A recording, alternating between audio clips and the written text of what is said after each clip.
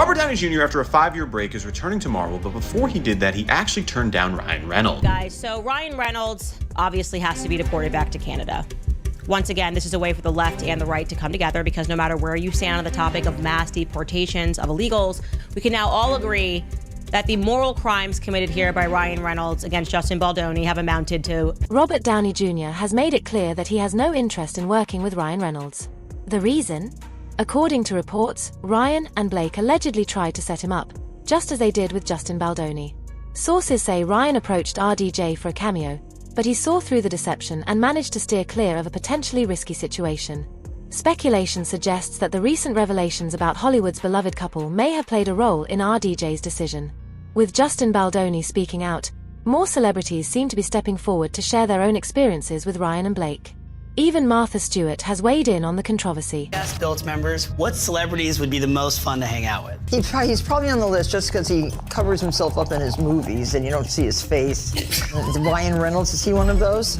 And you want to know something? He's not so funny in real life. With Robert Downey Jr. now siding with Justin Baldoni, it seems like Ryan Reynolds and Blake Lively are facing serious fallout. But what exactly did RDJ say? And does he know something the rest of us don't? Let's find out. Reports suggest that RDJ was approached for a cameo in Deadpool 3, when Ryan was compiling a list of potential actors.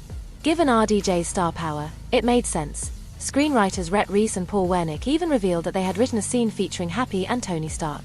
Ryan went all out to persuade RDJ, even reading the script to him personally. But in the end, RDJ refused. After a 5-year break, is returning to Marvel, scene with Jon Favreau. Jon Favreau does actually have a very big scene in the movie Deadpool and Wolverine, but that scene was originally written with Robert Downey Jr. taking the main stage and Jon Favreau only being a small part of it. He even wrote the scene in 2018 just so it would make sense for Robert Downey Jr.'s character to be in there, because it does take place before the events of Avengers Infinity War. When Ryan Reynolds approached Robert Downey Jr. with the script, he said he was completely shocked he got an instant no. The reason was Robert Downey Jr. was already in talks to return as Dr. Doom, but he couldn't tell Ryan Reynolds. Ryan Reynolds said he didn't know about that until it was revealed, but now is happy for him and said he wants to fight him. According to screenwriter Paul Wernick, Ryan Reynolds pushed hard to get Robert Downey Jr. on board, even having him read through the scripted scenes. However, what they didn't know at the time was that there was a Dr. Doom situation happening behind the scenes. But fans aren't buying that excuse. Over the past few months, shocking revelations about Ryan have surfaced, challenging the image of him as Hollywood's nice guy. Still skeptical? Well, Candace Owens recently shared that a source close to the situation revealed Ryan was actually the one who started the entire Blake and Justin controversy in the first place. Candace Owens posted to her story saying she spoke to a source that claims Ryan Reynolds is the problem. She said the tip came from someone who allegedly worked on the set and said lately everyone is bashing Blake Lively, but apparently the true villain of the saga is Ryan. This person is alleging that everything started when Ryan Reynolds decided to stroll onto the movie set one day and review the dailies. This is an industry term for all the footage that they filmed for the day. And he also decided to take a look at the script, and between the two, something allegedly set him off. This person claims that the production assistants then overheard Ryan and Blake having an argument in her trailer. Ryan Reynolds started being on the set on a regular basis as if he were her chaperone, and that is when he started inserting himself into the actual production, including writing lines. And then she says the next part was alleged in their lawsuits that Ryan and Blake, perhaps in response to her husband's anger, began inserting themselves in the effort to change lines and change scenes. And of course, the allegation that Ryan Reynolds was making fun of Justin Baldoni in his movie when he played the character Nice Pool. And we did hear this, I believe, from Justin's lawsuit, but correct me if I'm wrong, but she also says that allegedly Ryan presented an ultimatum to WME, the biggest talent agency in Hollywood, whose client roster include everyone from Taylor Swift to Justin Baldoni. Basically saying that it's us or him. And again, correct me if I'm wrong, but I'm pretty sure this is what Justin Baldoni also alleged. And I think he said it happened either at the premiere of It Ends With Us or the premiere of Deadpool and Wolverine. Obviously, she says we know what happens next. He gets dropped by WME. Wayfarer Studios had effectively been instantly blackballed, persona non grata in Hollywood instantly, and truly they had done nothing wrong but cast a woman into one of their movies with an allegedly very jealous husband. My source says that Justin Baldoni is legitimately a good guy who truly wanted to do this project, but he cares deeply about women issues. And she goes on to give what she believes. She says, I think Blake was fine with everything in the movie she signed on for, hence not requesting an intimacy coordinator, and then all that changed the day her husband showed up on set and allegedly blew a fuse. She also believes that it was probably him that demanded Justin be put in the basement for the premiere. And no, Candace Owens isn't just making baseless claims. Justin Baldoni's lawsuit includes similar allegations.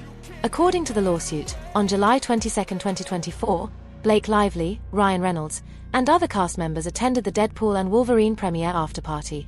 During the event, Reynolds allegedly approached a senior executive at WME and expressed his strong dislike for Baldoni, even making a shocking suggestion about the agency working with a bleep. What's even more concerning is that Ryan was the one who invited these individuals in the first place, raising all kinds of red flags about his true intentions. If he wants to go after you, he infests himself into every area of your life. And he did this Justin Baldoni. He's like, who are your friends, okay? Who owns the production company? Who owns the next movie script? I am going to infest myself everywhere. I'm gonna be doing your movie premiere. I'm gonna be doing promos and making fun of you, right? I'm gonna put myself in the end credits. Like, this is like psychotic behavior. And that's just the tip of the iceberg. Candace Owens isn't the only one speaking out. Now that the industry is being shaken by recent drama, more celebrities are stepping out of the shadows. After all, what's the point of staying quiet when the public already knows half the truth? One of them is Martha Stewart, who recently made a bold statement about Ryan Reynolds. She claimed that he isn't the funny, charming guy the public believes him to be, hinting that there's much more to his personality than meets the eye. We asked Built members what celebrities would be the most fun to hang out with. He's probably on the list just because he covers himself up in his movies and you don't see his face. Ryan Reynolds, is he one of those?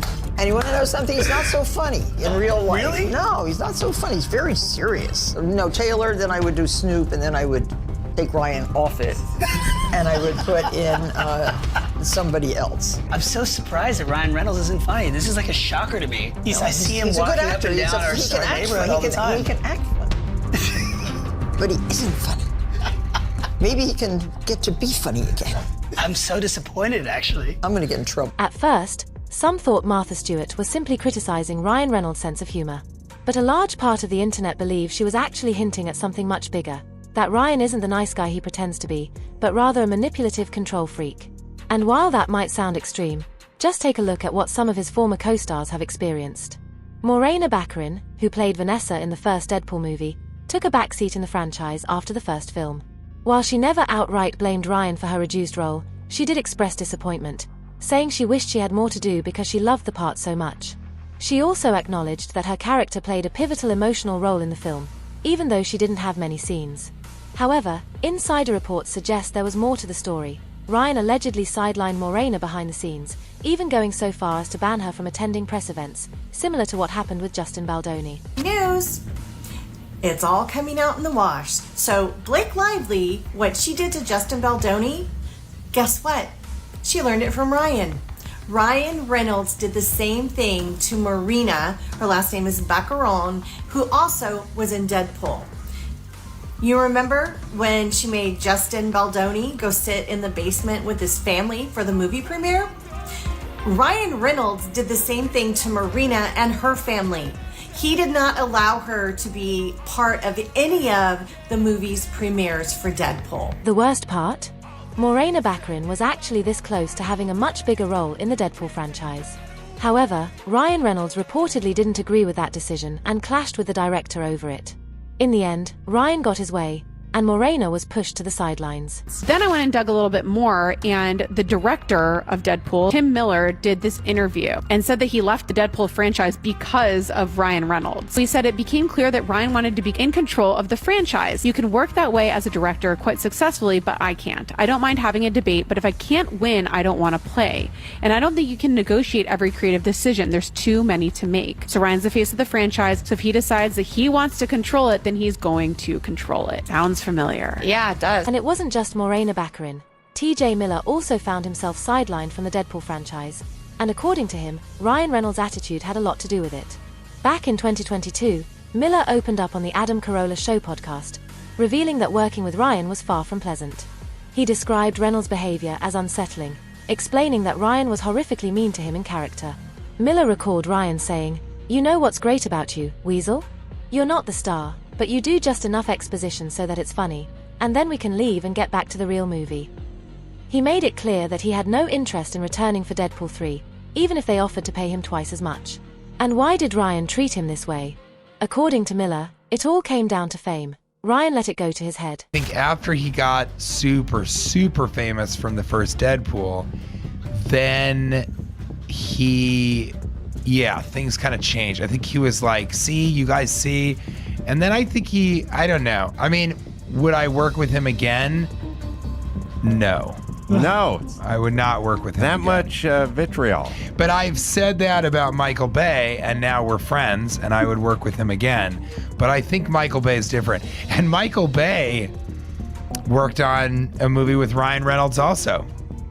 And so he has a very specific opinion.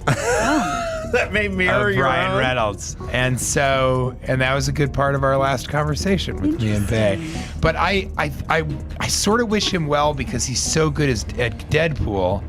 And I think it's weird that he hates. Miller also believed that, beneath all the fame and confidence, Ryan Reynolds was just an insecure guy who found gratification in putting others down. Felt it coming from him. Everybody did. That's why it was awkward. Everybody was like, why is Ryan doing this? And the other weird thing is like, maybe he got, I think he's kind of an insecure dude. He's really nice, but I mean, his Twitter bio is showing you the parts of me that tested the best in focus groups. Mm-hmm. And I'm not sure that he's joking. I think that might actually be his real sentiment. And it's not just Ryan. His wife, Blake Lively, has also been accused of having control issues. According to insiders, she's just as much of a control freak as he is. If that sounds like a stretch, just look at Anna Kendrick. She and Blake first worked together on A Simple Favor in 2018 and reunited for the sequel, A Simple Favor 2.